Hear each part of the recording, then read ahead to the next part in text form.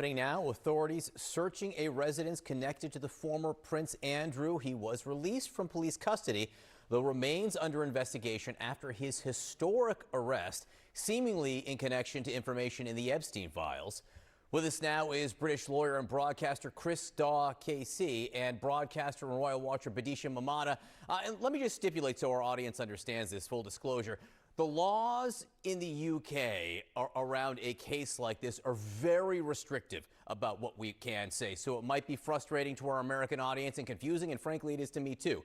But just so people understand that it does limit how we can discuss this. Chris, first to you. The former prince, was arrested on suspicion of misconduct in public office. What exactly do those charges mean? Well, let's be clear, he's not been charged, but you're right, he has been arrested. And under our system, which is somewhat different to the US system, an arrest is the initial stage often of a criminal investigation rather than the stage at which someone is charged. But to answer your question, what is misconduct in public office? Well, it's one of those weird and wonderful English criminal offences which isn't written down anywhere in statute. It doesn't have any statute of limitations, and it has arisen through the common law developing itself in court rather than any decision of parliament or politicians. So it's a very strange phenomenon to American criminal law watchers. But what does the offence comprise of? Well, first of all, it can only be committed by someone who is in a public office.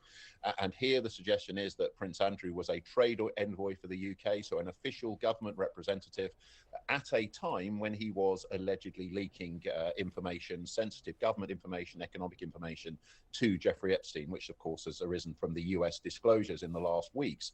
So first of all, public officer. Secondly, he must willfully neglect or willfully misconduct himself. So there's no negligence about it. It can't be done by accident. It has to be quite deliberate and it has to be intentional. Secondly, or thirdly rather, it has to be an abuse of the public's trust in the office holder.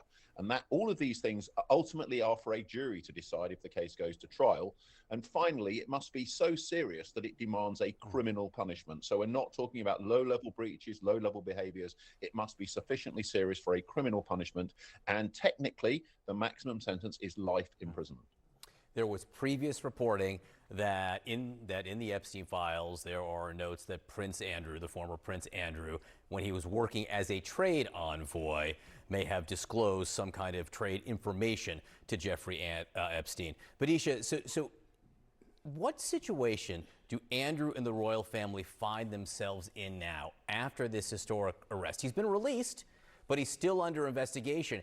Even if there are ultimately no charges, what kind of situation does this put them in, Bidisha? An incredibly negative one. We're yoking them together, but I think the rest of the royal family, led by King Charles, want to be decoupled, to use a very 21st century term, from Andrew Mountbatten Windsor, as the king described him in that very cutting, very obvious public statement which they announced not only 24 hours ago. They want to make it clear that there's the royal family who are doing their duty and who have full faith in the police, the law and legal process. And then there's this other man, as Thames Valley Police said in their statement, a man in his 60s who is now stripped of his name, his titles, his honors, his public respect. And in fact, that phrase that we just heard from this expert commentary, which was so useful, is public trust. That's the key here.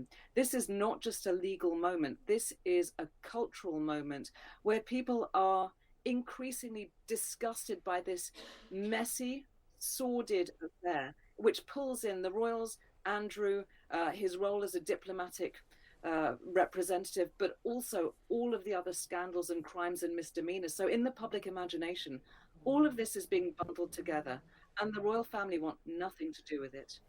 Because, Bidisha, it doesn't appear connected to the various sex offenses that Epstein and Ghislaine Maxwell were charged with, at least not what Andrew was being investigated for. But even so, the public may not be making that distinction.